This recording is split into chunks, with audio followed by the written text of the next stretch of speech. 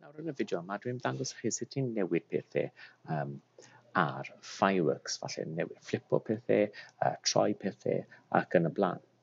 Ac beth mae angen i ni wneud fan hyn, mae angen i dewis y saeth D a clicio ar beth bynnag ni sy'n newid. Nawr, gall hwn fod mor cymryd â chi dim rhaid i chi just aros ar beth dwi'n mynd i wneud, gallwch chi wneud beth bynnag chi sy'n fan hyn.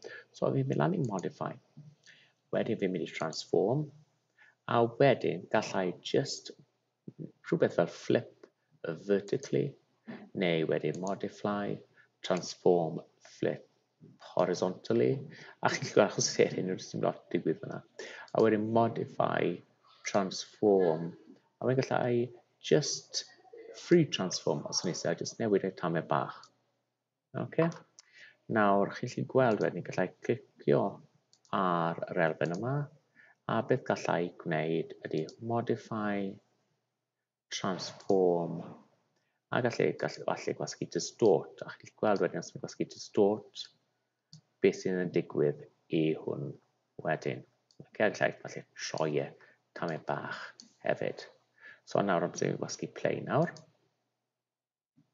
Chi'n gallu gweld, mae fe jyst rhoi bach o gwahaniaeth. Ond tasech chi sy'n gweld y Sion Corn yn symud o fyna i edrych mewn rhywle arall, gallwch chi wneud hwnna gyda dim problem hefyd. Okay, so dyna ffordd i chi yn newid pethau trwy defnyddio modify y lan fan hyn.